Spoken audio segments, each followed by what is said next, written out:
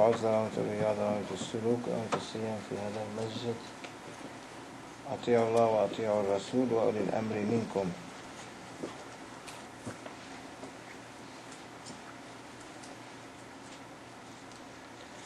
We will, on this association,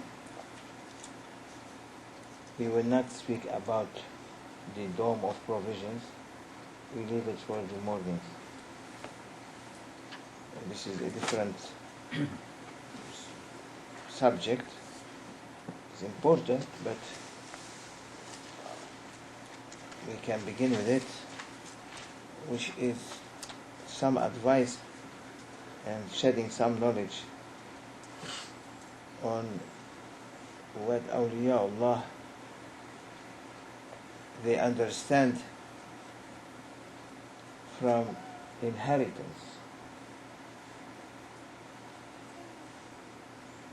Inheritance is to inherit what you have to those who are coming after you, because this dunya is moving.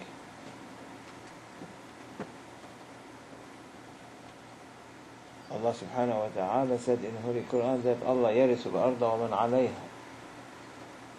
that Allah subhanahu wa ta'ala, He doesn't need to inherit, but the verse say in Allah yarisul arda wa man alayha, He will inherit the earth and whatever is in it or on it. Means he owns it, he takes it back, because he gave it to humanity to carry it. Instead of giving it clean as they took it, they are giving it dirty, full of bloodshed, as angels they said, أتجعل فيها يفسد فيها ويسفك الدماء. بسم الله الرحمن الرحيم. وإذ قال ربك للملائكة إني جاعل في الأرض خليفة قالوا أتجعل فيها من يفسد فيها ويسفك الدماء ونحن نسبح بحمدك ونقدس لك قال إني أعلم ما لا تعلمون. When he said to them, I am putting a representative to inherit. So inheritance is important. To inherit, نجعل في الأرض خليفة, someone to represent me, to take from me the responsibility, and to represent me, someone to represent me, he is inheriting secrets. If you represent your father, means you are entitled to inherit his inheritance. So Allah subhanahu wa ta'ala is not like us, but Allah gave to human being to inherit the earth, means to take it and give it back. As they took it clean, to give it back clean. But what they did? They did bloodshed. What angel said. Allah doesn't know, He knows. But He said, I want to show my angels, even though I have honored and I loved human beings and I created them.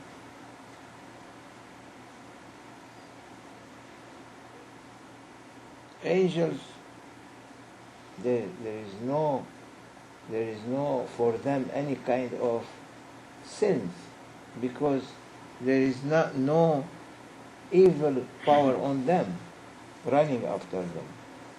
So they are on complete ubudiyya, worshipness. While human being, why Allah, one of understanding that Allah honored them, because He put on them that temptation of Iblis and his soldiers, his army, evil power, in order that He will see His servants They are going to follow Iblis, or they are going to follow his beloved Prophet Sayyidina Muhammad sallallahu alaihi wasallam. So angels complained, Ya Rabbi, what you are putting? You are giving them that earth to make bloodshed?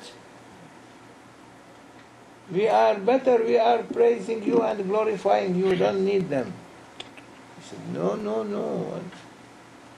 إِنِّي أَعْلَمُ مَا لَا تَعْلَمُونَ.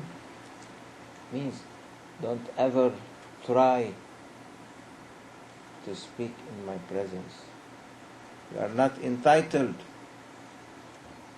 What I know, you don't know. Angels begin shaking, afraid. So, inheritance is important to know what we are inheriting and what we are passing as inheritance to others. Because everyone is an inherited. Why? To bequeath. Bequeath. Bequeath. Bequeath. You understand? Well, internet, you understand bequeath? It's Shakespearean. Pass inheritance. Pass the heritage. It was passed to you, and from you it's passed to them. And like that. So Maulana, what he says in explaining that inheritance of a human being, how they inherit each other.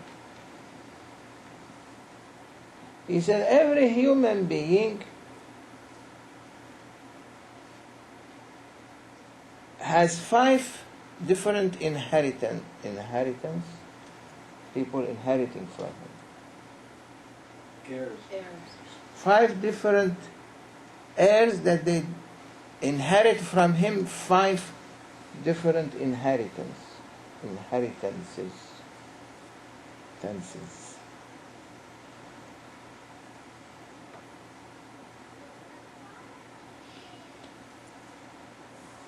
So Allah subhanahu wa ta'ala gave every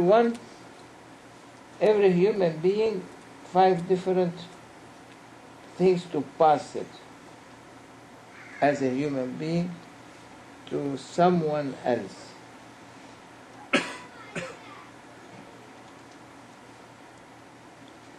Three of them, of these inheritances, 3 of them he passed it to the others. And 2 of them come directly, he has no control on it, has to be passed by Allah subhanahu wa ta'ala. He takes it.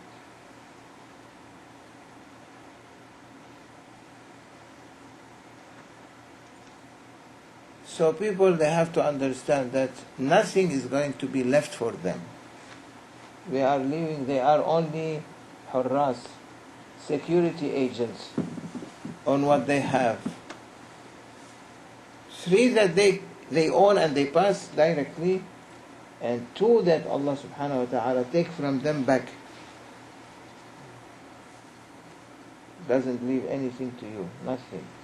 So even your head doesn't belong to you.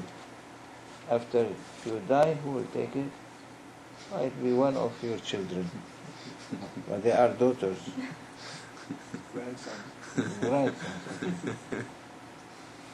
son. Whatever.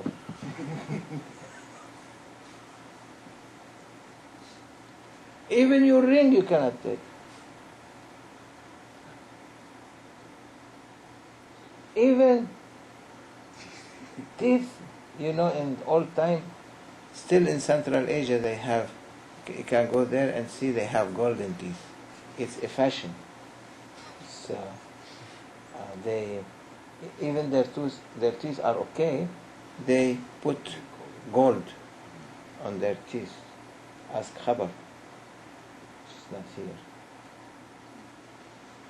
Still, it's fashion there.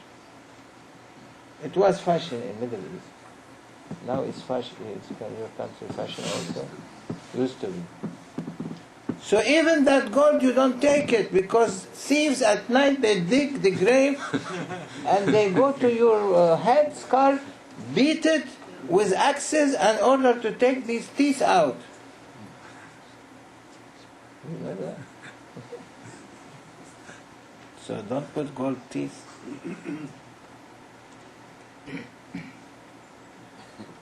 They will take it. They know that they are. That's why there are many graves are being opened at night. You come in the morning, you see these graves are open, skulls being with axes beat in order to get the tooth out, and they take these gold and they go. Torturing in dunya with golden teeth, torturing in akhirah. That's why Allah said, don't, O mankind, especially the men, be prohibited to wear silk and to wear gold for men. For women, no problem. Maybe they like to cut them in graves. No, that's really reality, that they used to open the graves, take the teeth of the people, men and women. So even that they are running after you to take whatever you own. They don't let you to have anything.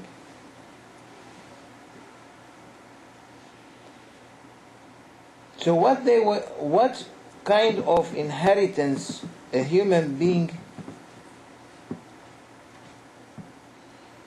that they inherit from him? First, the first one that inherit from the three that are being given to everyone from that person. First, that they inherit before they divide the inheritance between them, the heirs. There is first someone will inherit something. Who is that one? When you go to grave and they close the grave on you, Allahu Akbar, and Allah sent back your soul, and you see you want to sit, you hit that big stone, and you know that you reached the last place for you in dunya. How much is difficult, sir?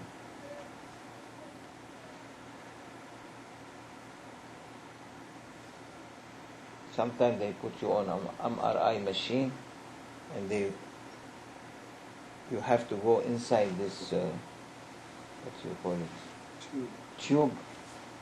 Many people, they feel panic, more than panic. They cannot survive, they cannot breathe anymore when it's closed over their faces.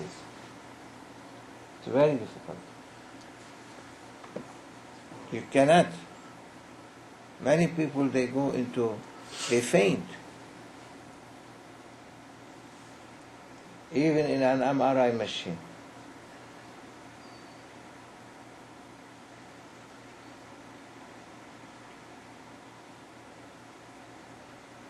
When Maulana asked me to do seclusion in 1996 in a cemetery,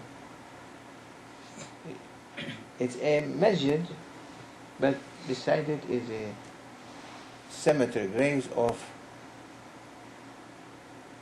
Awliyaullah are being buried there in Istanbul by the Bosphor area called Beyler Bey. So Maulana, when he told me to go,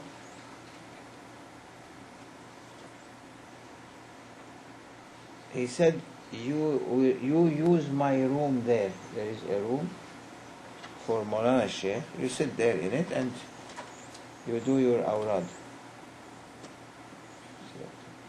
happy, his room, where he used to go and rest. When he is in Istanbul, go and stay there. It's a very nice place. You cannot look outside the windows. It has to be all closed with paper that you cannot see through it outside. It's completely inside closed. So I went to Istanbul and he said, go check the room, get the key, and 1st of Rajab, one day before, you enter. I went, and the one who is responsible there, may Allah bless his soul, he passed away. Very nice person, Haji Mustafa called. He used to run the zikr there. Now the place is being run by Maulana's son, Haji Muhammad. I went there, and that man who is responsible for the whole place and the cemetery and the graves and so on, I said, can you show me the place? He said, yes. He took me inside the masjid and then out to the cemetery, and he cut a box, he built a wall that might be 1 meter high. If you are sitting like that, you might hit your head. And it's like 3 feet wide and like 8 feet long. And he said, here is the place you are going to make seclusion. Where is the room? Is not the room? The room disappeared. They want you to make seclusion there in a very difficult place. What do you want to say? Nothing. So, but they check your heart. Changing, not changing. Between these graves at night, you don't know what happened. And you have to be up all night. You are also sitting in a coffin like their coffins. Beside them, your neighbor, so they might not knock at your door. They come. In any case, Maulana called next day. He said, did you see the room? You like it? I said, Maulana, thank you very much. It's the best. Bahr, ocean. They didn't tell me that it was a test until the day I have to go inside. They said, no, okay, you come. You stay in Maulana's room. It's a normal room. So, they want you to feel the difficulty. So in the grave, the first guest comes to you in the grave from the inheritors. It's not angels, the inheritors. It's something within you. They are going to inherit you. Who is that honorable inherit?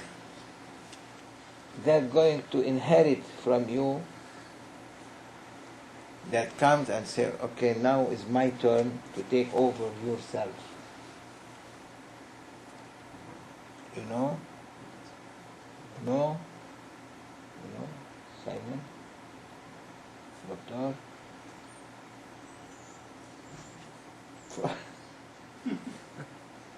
First inheritor are the worms that they are going to eat your flesh.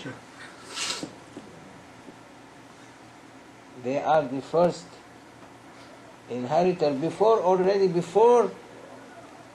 the family is inheriting, before they inherit you there, these are the first. Might be next day, your stomach explode, and all these worms come and begin to eat you. Did you think about it? Yeah. Tariqah is to make you to think. Why tariqah important? Because they bring your attention back to realities. This is one of the main realities, that worms are the first inheritors. Can you run from them? No.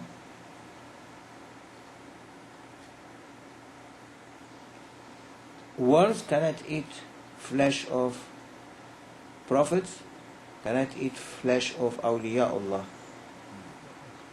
Allah prohibited them because the worms eat what is dirty.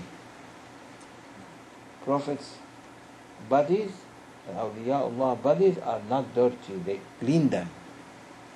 So what worms has to eat? Nothing. But through our bad amal, Allah create these worms to eat us.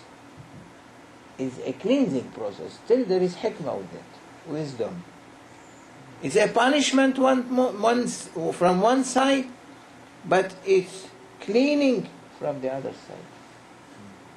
Then after a while, when Allah stops that punishment, you will be clean.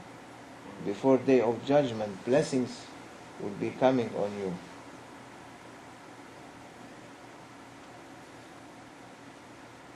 Like one person, he was robber, thief, burglar, thief. Doesn't care anyone, stealing everyone. Goes on street at dark nights with his knife, with his pistol or gun, and steal from people. He died. He died, his wife was pregnant with his child. He died. No one wanted to bury him because he is a thief in the village.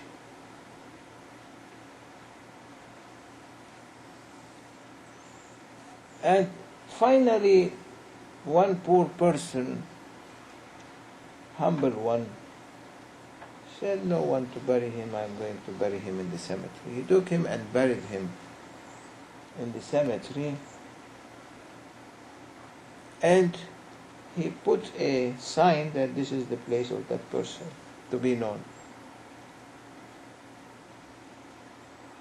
His wife delivered after that a boy. She was raising that boy, working and raising that boy. And that deceased one, that thief, the whole cemetery, when you approach it, you can hear at night someone, like someone has pain, what you call, he's giving some voices. Moaning, and everyone there can hear his moaning. And in winter, as soon as snow comes on his grave, because it was in that branches village, Rashadiyah. On top of the cemetery is on top of the mountain. You can see it. You can go there and see. Still till today, Sayyidina Sheikh Sharafuddin is buried in there in that cemetery. So, when snow comes on all the graves, they have snow. Only his grave, as soon as the snow comes, it melts from the intensity of punishment inside that grave. He was running into a cleansing process. Until one day, this mourning stopped, and the snow not melting anymore. They knew that something happened. They began to question, to ask what possible. They found at that time, at that moment, that his wife, her son, reached the age of 7. And they sent him to someone like you, Hafiz, to teach him Quran.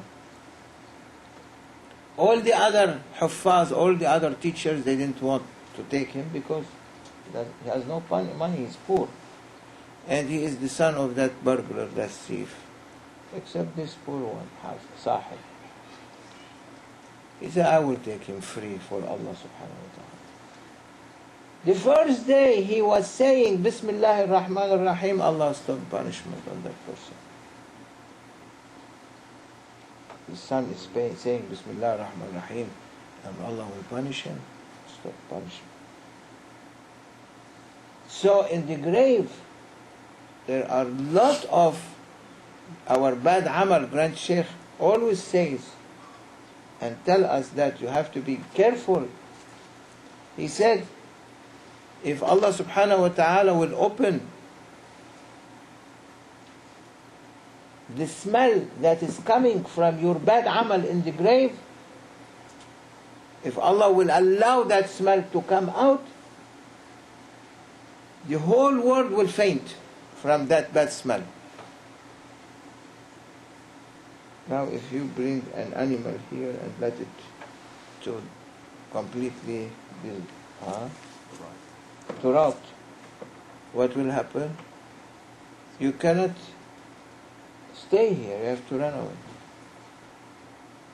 He said from one person, from bad amal of one person, if Allah opened that smell to come from the grave, the whole human will faint from the smell. What do you think about 2? About 3? About 4 dead persons from their bad amals? So may Allah subhanahu wa ta'ala forgive us and take that smell, the bad smell, angels that they can smell it. That's why they cannot approach to take your prayers when your prayers is being blended with bad amal. You have to make sure your worshipness is clean as much as you can, and the rest you leave it to Allah and asking forgiveness. That's why we say astaghfirullah after prayers. Before prayer we say astaghfirullah. After prayer we say astaghfirullah, in order that in between the prayer will be clean. Astaghfirullah al-azim wa atubu ilayh. Don't say 3 times after prayer. Why? And why has to be loud? Because the other can hear it and they can say like you. So the imam has to say astaghfirullah al-azim wa atubu ilayh, or the muazzin, in order that the rest can hear and follow. Astaghfirullah ya Rabbi, I am asking forgiveness for the shortcoming of my prayer. Don't think your prayer is mashallah. You prayed 4 rak'ats up and down like a clown. Like a clown. Like a clown. What's clown in French? I don't know. Huh? I don't know. So you're coming up, going down, going up, coming down. You are not in a gym. People got crazy now on the gym, going up, going down, going down, going down. Put these steps, stepping up, stepping down, stepping up. They have no mind anymore. Everyone, I'm going to make my life longer. When Allah's ajal comes, لا يستخدمون ساعة ولا يستأخرون. Not one moment more, not one moment less. So don't bother. When it comes, it comes. But be ready. So first inheritor is what? Worms. They are inheriting your lovely flesh.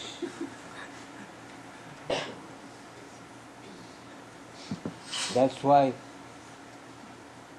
other beliefs and religions, they make makeup for them. They put them in the coffin with makeup. No? Muslim, no, you cannot put makeup because you know that is a fake. But others, they make their eyes nice, their tattoos here instead. Today they take the hair and put tattoos in it, and inject their lips with something.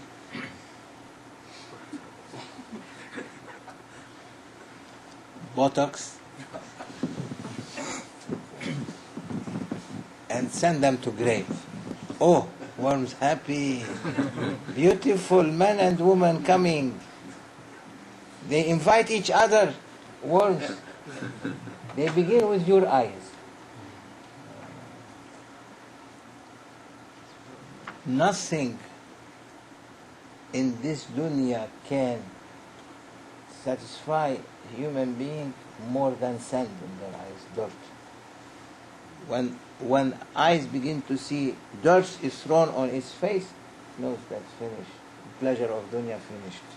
Because you are dead. They don't put gold in your eyes. They put dirt.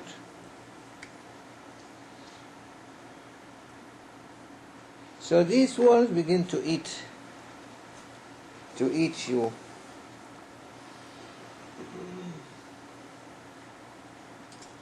And they are very happy, like wild animals, what they do with their, when they catch animal to eat them. They will be competing. Who is going to eat this part or that part or that part? So, you are completely eaten by worms. What is left? What the bones? Skeleton. Who is the second one to eat the skeleton? Someone inherit. Nice inheritance. First they eat the flesh. Now another one, second one, wants to eat the bones. Even dogs, they don't eat bones, they throw it, they eat the meat. You saw in jungles, lions, they eat the meat, they leave the bones. But there is someone who eats the bones. Who is that? Hyena? Might be. But our bones are not tasty for hyenas. Might be hyenas shares with the worms with these make-ups. And they put also lipstick. And they put powder here to make it pink. So this is delicacy. So every worm choose, has to buy which part. So finally they leave the rest for the bones to be eaten by another inheritor. Who is that inheritor?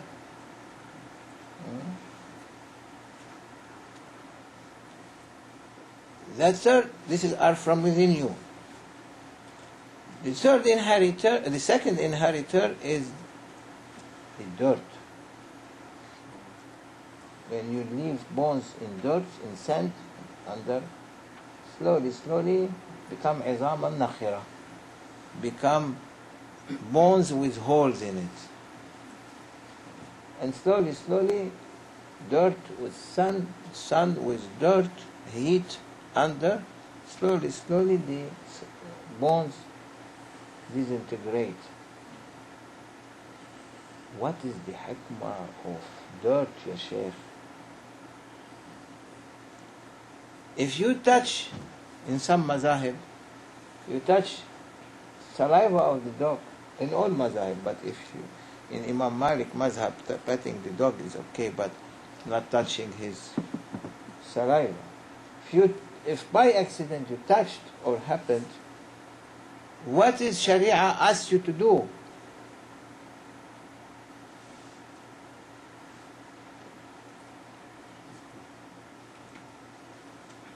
You wash 6 times and 1 time with the dirt. So dirt, first you wash with the dirt, you clean with the dirt wherever you touch, then you wash 6 times. So dirt is like you are taking a bath, is a cleansing process. So Allah subhanahu wa ta'ala makes the worm to eat you, to clean your flesh, and makes the dirt, the sand, to eat your bones, to clean your bones before coming to day of judgment. So we have to be very careful that there are heirs going to inherit you. So we spoke about 2. Inshallah, next time we speak about the rest. May Allah subhanahu wa ta'ala forgive us. Ameen. And may Allah bless us and give our Shaykh long life. Ameen. This is only something to tariqah try to make you to pay attention to things that it doesn't click in the mind. Mind never thinks like that. Awliya Allah, they know all details what you need to know in your life in order to be a real believer. May Allah guide us to reality. ومن الله التوفيق بحرمة الفاتح.